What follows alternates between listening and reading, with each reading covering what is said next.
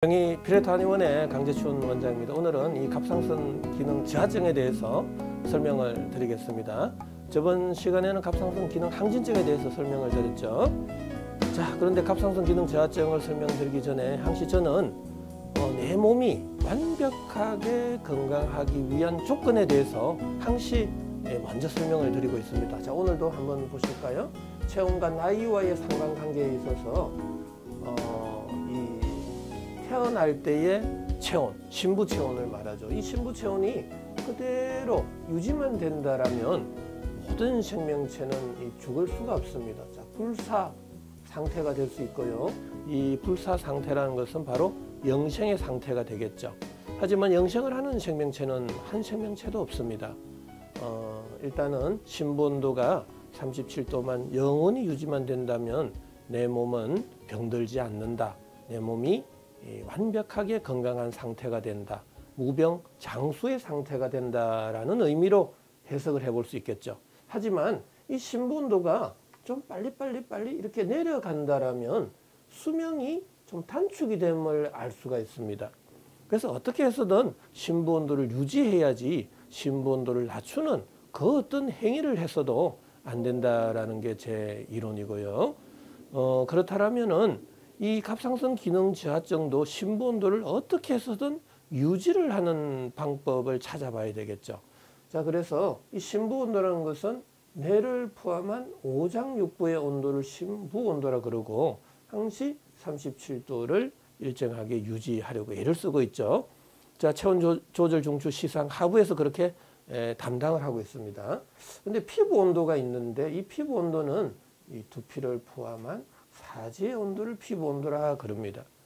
근데 이 피부 온도는 심장에서 멀어지면 멀어질수록 온도는 내려가죠. 근데 신부와 피부 온도와의 상관관계를 보시면 이 신부 온도가 올라갈 때는 피부 온도는 내려가고요. 신부 온도가 내려갈 때는 피부 온도를 높여서 체온 37도를 이렇게 유지해주고 있다라는 이야기입니다. 자, 그렇다면은 제가 주장하는 갑상선 기능 저하증의 발생 원인은 바로 이 신부 온도가 내려갔다라는 이야기입니다. 신부 온도가 내려가면 상대적으로 피부 온도는 올라간다라는 이야기겠죠. 자, 이걸 좀 기억을 하시면서 다음에 또 설명을 드릴게요. 자, 그러면 갑상선 기능 저하증의 정의 및 발생 원인에 대해서 한번 설명을 드리면 이 갑상선 기능 저하증은 만성적인 자가 면역성의 어떤 갑상선염이 진행이 되고 있었다라는 이야기입니다. 자, 그 다음에 뇌하수체의 부전 및 손상, 갑상선 자극 호르몬의 분비 저하, 이러한 것들로 인해서 갑상선의 기능이 떨어진 질환을 말하는 거죠. 뭐 쉽게 설명드리면 그냥 갑상선의 기능이 떨어졌다. 티록신의 분비량이 줄어들고 있다. 이렇게 보시면 되고요. 하지만 정확한 이 발생 원인은 아직까지 밝혀진 것은 없다라고 되어 있고 대부분의 학자들은 그냥 자가 면역설이다라는 부분으로 설명을 하고 있습니다. 자, 그 이외에 뭐 이제 수술을 했다거나 방사선 치료의 어떤 후유증으로 인해서 갑상선의 기능은 떨어질 수밖에 없겠죠. 자, 그러면 여기서 의문점을 우리가 생각을 해본다면 왜 갑상선 호르몬의 분비가 저하되었나, 또 왜 하필 갑상선을 반드시 수술을 했어야만 했나라는 이야기입니다. 자, 여기서 저는 수술을 하지 않고 치료할 수 있는 방법도 있다라는 말씀을 드리고 싶다라는 이야기죠. 갑상선의 가장 주된 기능은 열을 발생하는 기관입니다. 우리가 특히 산모들이 임신을 했을 때는 이 뇌하수체의 전엽에서의 이 열 TSH의 분비량이 많아지고 그 다음에 갑상선의 티록신의 분비량도 많아져서 태아한테 모든 열 에너지를 공급해주는 그런 기본적인 기능을 수행하고 있습니다. 그래서 갑상선 기능이 떨어지면 태아가 성장이 안 될 수가 있습니다. 상당히 문제가 많은 거죠. 자, 여기에서 그래서 우리는 이 갑상선 기능이 왜 떨어졌는지를 지금 정확하게 우리는 좀 이해를 해야 되는데, 바로 저는 이 갑상선 호르몬의 분비가 감소된 경우를 한번 생각해 보면, 지금 여기 갑상선이 있습니다. 자, 이 내용들은 제가 종종 많이 유튜브에서 보여드리고 있는데, 우리가 일반적으로 체온을 유지할 때는, 자, 체온이 떨어졌을 때는 간내의 시상하부에서 TRH의 호르몬을 분비시켜서 뇌하수체 전엽을 자극하고, 뇌하수체 전엽에서는 TSH의 호르몬을 증가시켜서 갑상선을 자극하고, 갑상선에서는 티록신의 분비량이 많아져서 당 분비량이 증가하게 됩니다. 그때 정상적인 체온이 유지가 된다라는 이야기죠. 자, 이러한 시스템은 반드시 기억을 좀 하고 있는 게 좋습니다. 자, 그러면은 이 갑상선의 기능이 떨어졌다라는 의미는 갑상선 자체에 문제 있을 수도 있고요. 그 다음에 뇌하수체 전엽에서의 문제가 있을 수도 있고, 자, 간내의 시상 하부에서도 문제가 있을 수도 있다라는 이야기죠. 자, 이런 데서 기능이 떨어지거나 종기 종양이 생기거나 하면은 당연히 갑상선에도 문제가 있겠죠. 또 갑상선 자체에 수술을 해버렸다거나 만성적인 염증으로 인해서 갑상선 기능이 떨어질 수도 있겠죠. 자, 그래서 이 경우에서 우리는 갑상선 호르몬의 분비가 감소될 수 있다는 걸 우리는 직감적으로 알 수가 있다는 겁니다. 자, 이 그림은 꼭 좀 기억하고 있는 게 이해를 하는 데 도움이 많이 됩니다. 자, 그러면 갑상선 기능 저하증의 원인을 보시면은 대부분 뭐 쉽게 조금 전에 설명한 그대로 이해가 될 수 있습니다. 자, 1차성에 갑상선의 기능의 저하다. 갑상선 자체의 문제, 그 다음에 이 염증의 문제, 그 다음에 이 다 갑상선의 문제죠. 자, 갑상선 제거를 해도 문제가 되겠고, 또 갑상선의 기능 항진증으로 인해서 또 여러 가지 방사선 요오드 치료라든지 방사선 치료를 해버리면 저하증이 될 수밖에 없겠죠. 기능이 떨어지니까. 뭐 쉽게 이해가 될 수 있을 겁니다. 또 항갑상선제 약을 장기간 써도 갑상선 기능 저하증으로 떨어집니다. 이거 조심하셔야 됩니다. 요오드의 가행이라든지. 자, 그 다음에 2차적으로 이 뇌하수체의 어떤 종양이라든지 수술, 또 방사선, 이러한 것들로 인해서 갑상선 기능 저하증이 발생할 수 있다라는 이야기입니다. 자, 그러면은 갑상선 기능 저하증의 발생 기전을 우리가 서양의학적 관점에서 좀 살펴본다면 1차적으로 갑상선의 기능 저하증으로 인해서 70에서 85% 정도가 만성의 자가 면역성 갑상선 염으로 발생한다라는 이야기고, 그 이외에도 이제 뇌하수체 종양이라든지 또 수술, 갑상선암 등으로 인한 수술 후유증으로 갑상선 기능 저하증이 발생할 가능성이 많다라는 겁니다. 자, 이거는 뭐 쉽게 이해가 될 수 있겠죠. 자, 그런데 저는 조금 달리 설명을 드리고 있는 건데요. 자, 일단 먼저 갑상선 기능 저하증의 정상에 대해서 한번 살펴보죠. 자, 제가 아까도 말씀드렸듯이 갑상선은 내 몸의 열 에너지를 발생을 하고 또 조절을 해주는 기본적인 장기다라는 이야기죠. 자, 그러면 갑상선에 문제가 생겨버리면 첫째로는 열 발생량이 줄어들기 때문에 체온이 많이 떨어진다, 추위를 많이 타게 된다라는 이야기죠. 자, 열이 많이 발생 안 하면 의욕도 상실하게 되겠죠. 뭐 피로라든지 무기력, 무관심도 생길 수가 있을 겁니다. 자, 세 번째로는 눈이 붓거나 얼굴이 붓거나 점액 수종이 생긴다. 아무래도 내 몸의 열 발생량이 줄어든다. 체온이 떨어지면 그만큼 신분도가 많이 떨어지는 거죠. 신분도가 떨어지면 혈관은 수축이 되고 전신 혈액순환량은 줄어들겠죠. 혈액순환량이 줄어들 때 혈류 속도가 떨어지는 거죠. 혈류 속도가 떨어지면 붓는 거죠. 그래서 점액 수종. 자, 이 대표적인 점액 수종입니다. 아래 정갱이 쪽에 점액 수종이 나타나고 있고, 자, 피부가 차고 건조해진다. 신분도가 내려가면은 아무래도 모공이 다치죠. 모공이 다치면 피부로의 수분 공급량이 줄어드니까 피부는 건조해질 수밖에 없다. 자, 모발이 거칠어지고 잘 빠지면 눈썹도 잘 빠지기 시작한다. 자, 신분도가 내려가면은 모공은 다치고 피부 온도는 올라간다 그랬죠. 자, 피부 온도가 올라가는데 열 에너지는 구멍, 관절, 마찰이 많은 쪽으로 열이 쏠린다고 그랬습니다. 자, 그쪽으로 열이 쏠리는 부위는 상체 부위가 잘 될 수 있겠죠. 자, 상체 부위에 모발이 잘 빠지고 눈썹도 잘 빠진다, 이런 소리가 되겠고요. 자, 근육의 경련이나 강직이 올 수 있다. 자, 체중이 증가한다. 뭐 이런 것도 마찬가지입니다. 신본도가 내려가면 식욕이 증가하게 되겠죠. 식욕이 증가하면 뭔가 자꾸 먹게 됩니다. 그래서 체중이 증가할 수도 있다라는 이야기죠.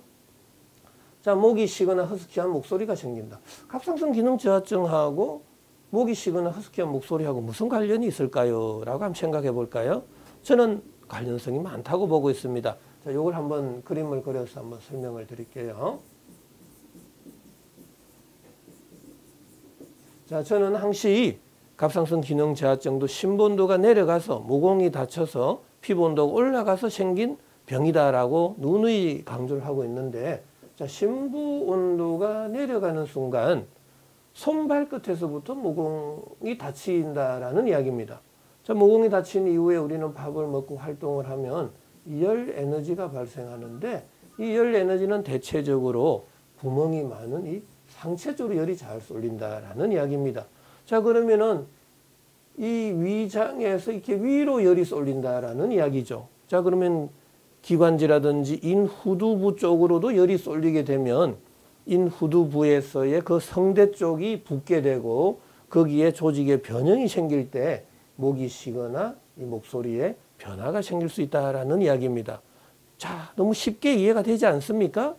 자, 갑상선 기능 저하증도 이 세포 열 에너지학적 관점, 인체 물리학적 관점으로 해석을 하니까 모든 게 다 이해가 되더라라는 이야기입니다. 자, 변비는 왜 생길까요? 변비.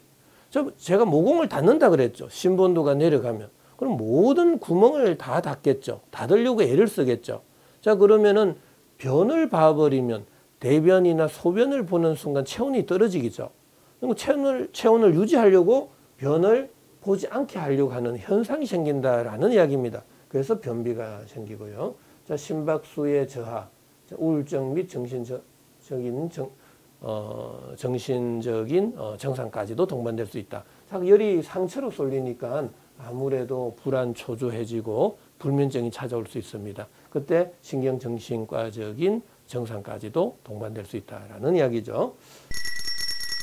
자, 갑상선 기능 저하증의 발생 기전에 대해서 설명을 드리겠습니다. 자, 우리가 일상적인 생활을 합니다. 자, 삶 속에서 우리는 다양한 요인들에 접해질 수가 있죠. 압력, 온도, pH, 전기장, 자기장, 물리화학적인 자극, 저산소증, 또 전해질, 이온, 중금속, 약물, 수술, 환경 여건, 자, 다양한 음식물의 점도, 경도, 표면적, 또 pH 등에 따라서도 이 세포는 손상을 받을 수 있다라는 이야기입니다. 자, 세포가 손상을 받는 순간 세포 내 그 작은 기관들이 많죠. 뭐 핵, 리보솜, 또 골지체, 아니면은 리소솜, 또 미토콘드리아. 근데 미토콘드리아에서는 세포 호흡을 하죠. 자, 세포 호흡을 하는 과정 속에서 이 ATP가 발생을 하는 건데, 세포 손상을 받아버리면 미토콘드리아의 기능이 떨어지고, 자, ATP 합성의 장애가 생기기 때문에 열 발생량이 줄어드는 겁니다. 자, 내 몸 속에서 열이 발생량이 줄어든다? 뇌를 포함한 오장육부의 온도, 바로 신본도가 내려갈 수 있다라는 이야기죠. 신본도가 내려가면 체온 조절 중추, 시상하부에서는 바로 명령을 내려버립니다. 모공을 빨리 닫아라라고. 자, 모공이 닫힌 이후에 우리는 밥을 먹고 활동을 합니다. 그럼 내 몸에서 열은 원활하게 방출이 안 됩니다. 자, 어느 쪽으로 열이 방출이 돼야 될까요? 바로 구멍이 많은 상체 쪽으로 열이 쏠립니다. 자, 상체 쪽으로 열이 쏠리는 순간 목 주변에 갑상선이 있습니다. 자, 갑상선에 염증이 생길 수가 있겠죠. 자, 만성적인 갑상선의 염증.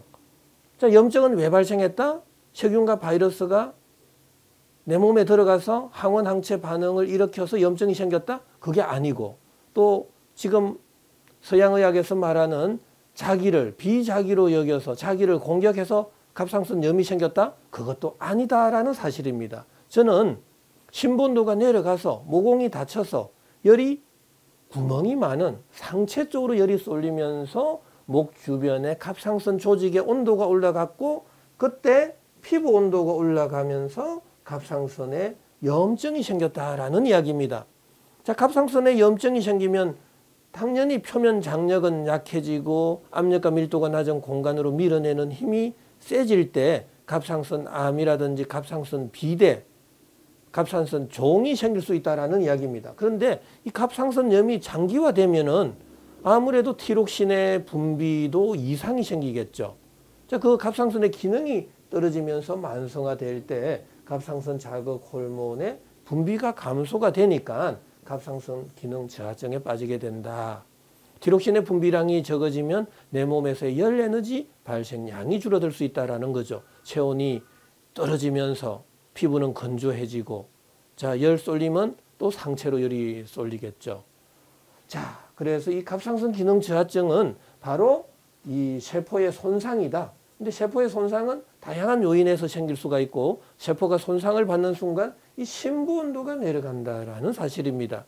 그래서 우리는 이 갑상선 기능 저하증을 치료하려면 이 발생 기전을 역순으로 가면 그 치료 원칙을 이해할 수 있다는 거죠. 자, 갑상선 기능 저하증은 만성적인 갑상선에 염증이 생겼다라는 거고, 그 염증은 갑상선 조직의 피부 온도가 올라갔다라는 겁니다. 그래서 높아져 있는 피부 온도는 낮춰야 되고, 또 상체로 열이 쏠렸다는 거죠. 왜? 모공이 닫혔기 때문에. 그래서 닫혀져 있는 모공은 열어주자. 자, 모공은 왜 닫혔느냐? 내 몸속 온도가 낮아져서 닫혔다라는 거죠. 그래서 낮아져 있는 심부 온도를 올릴 때만이 갑상선 기능 저하증은 굳이 약을 쓰지 않더라 해도 내 몸속 온도만 올라간다라면 갑상선 기능은 없더라 해도, 수술을 해서 완전히 없더라 해도 내 몸의 온도만 일정해진다라면 내 몸에 이상은 안 생긴다라는 이야기입니다. 뭐 수술을 했는데 갑상선 호르몬의 분비가 아예 없어졌는데 어떻게 온도 조절을 할 수 있느냐라고 하지만, 이 갑상선이라는 것은 내 몸의 온도가 낮아졌을 때 티록신의 분비량을 증가시켜서 체온을 높여주는, 열 발생을 조절해주는 기관이죠. 하지만 내 스스로 항시 심부 온도를 일정하게 유지만 한다면 갑상선은 굳이 없더라 해도 내 체온을 유지할 수 있는 방법이 있다라는 거죠. 자, 어느 정도 이해되시겠죠? 자, 그러면은 이 갑상선 기능 저하증의 발생 기전에 대해서 말씀을 드렸고요. 자, 그렇다면 갑상선 기능 저하증에 대한 전반적인 궁금증을 한번 세포열 에너지학적 차원에서 한번 설명을 드려볼게요. 자, 갑상선 기능 저하증이 되면 추위를 많이 타나요? 반드시 타는 거죠. 왜? 갑상선은 열 에너지를 발생하는 가장 기본적인 기능을 가지고 있다. 하지만 티록신의 분비량이 줄어들면 열 발생량이 줄어들어서 추위를 느끼게 된다라는 이야기죠. 자, 그러면은 심부 온도가 내려갔다라는 걸 알 수 있겠죠. 자, 여기서 심부 온도가 내려갈 때는 더더욱 추위를 많이 탈 수밖에 없다라는 이야기입니다. 그래서 심부 온도를 그냥 적정하게 유지만 해준다라면 추위를 타지 않게 된다라는 이야기죠. 자, 갑상선 기능이 저하되면 점액 수종이 왜 생기나요? 라는 이야기입니다. 저는 갑상선의 기능 저하증은 바로 세포의 손상으로 심부 온도가 내려갔다라는 거죠. 심부 온도가 내려가면 내 몸속에 혈관은 수축이 되고 혈액의 점성은 올라가겠죠. 자, 그러면 혈류 속도는요, 떨어지게 됩니다. 저 혈류 속도가 떨어지는 순간 심장에서 저 먼 쪽에 있는 하지 쪽에 혈류 속도는 더 떨어지고, 그러면 당연히 점액 수종이 발생할 수 있다는 이야기입니다. 자, 왜 하지 쪽에서 많이 발생할까요? 심장에서 멀기 때문에, 혈류 속도가 너무 느려지기 때문에 부종이 생길 수 있다는 이야기입니다. 자, 피부는 왜 건조해지나요? 라는 이야기입니다. 갑상선 기능 저하증과 피부 건조증은 무슨 상관관계가 있죠? 라는 건데요. 저는 심부 온도가 내려가면 체온의 방출을, 체열의 방출을 줄이기 위해서 모공을 닫아버린다 그랬죠. 자, 모공이 닫히는 순간 피부로의 수분 공급 및 정발량이 줄어들게 되고, 그때 피부 건조증이 생기게 된다라는 이야기입니다. 자, 세포열 에너지학적 관점, 인체 물리학적 관점에서 바라보니까 이 갑상선 기능 저하증도 모든 증상에 대해서 쉽게 이해할 수 있겠다라는 이야기입니다. 자, 갑상선 기능 저하증이 되면 목이 쉬거나 왜 허스키한 목소리가 생기나요? 라는 이야기입니다. 자, 이것도 무슨 관계가 있죠? 라는 건데요. 자, 심부 온도가 떨어지면 모공이 닫히고 상체로의 열 쏠림이 생기고, 자, 상체 부위에 열 쏠림이 생기면 인후 부위에서의 점막의 온도가 올라가고, 그때 성대 부위의 표면 장력이 약화된다. 그럼 압력과 밀도가 낮은 공간으로 밀어내는 힘이 세져서 조직의 변형이 온다. 정식 비대 정상이 올 때 바로 성대의 결절이라든지 정식 비대 증상이 생길 때 음성에 변화가 생길 수 있다라는 이야기입니다. 참 쉽지 않습니까? 너무 어렵게 생각하지 마시고요. 세균과 바이러스적인 관점, 또 자가 면역학적인 관점에서 바라보면 이러한 모든 증상을 이해할 수가 없습니다. 하지만 세포열 에너지학적 관점에서 바라보니까 너무나 쉽게 이해될 수 있다라는 이야기죠. 자, 그렇다면 갑상선 기능 저하증을 어떻게 치료해야 되느냐. 자, 서양의학에서는 그냥 이러한 약제를 쓰게 됩니다. 항갑상선제, 또 방사성 요오드 치료, 요오드가 많이 들어가 있는 약을 쓰게 되는 거죠. 그러나 또 수술이라든지 대증 치료 방법으로 교감신경 차단제, 안정제, 진정제를 투여한다 돼 있는데 솔직히 말씀드리면 갑상선 기능 저하증으로 체온을 올려주는 방법은 서양의학에서는 많지 않습니다. 대체적으로 다 체온을 내려주는 약제를 쓰는 거죠. 그래서 갑상선 기능 항진증에는 똑같은 이러한 약들을 써서 체온 조절을 해주게 된다라는 이야기입니다. 체온을 떨어뜨려서.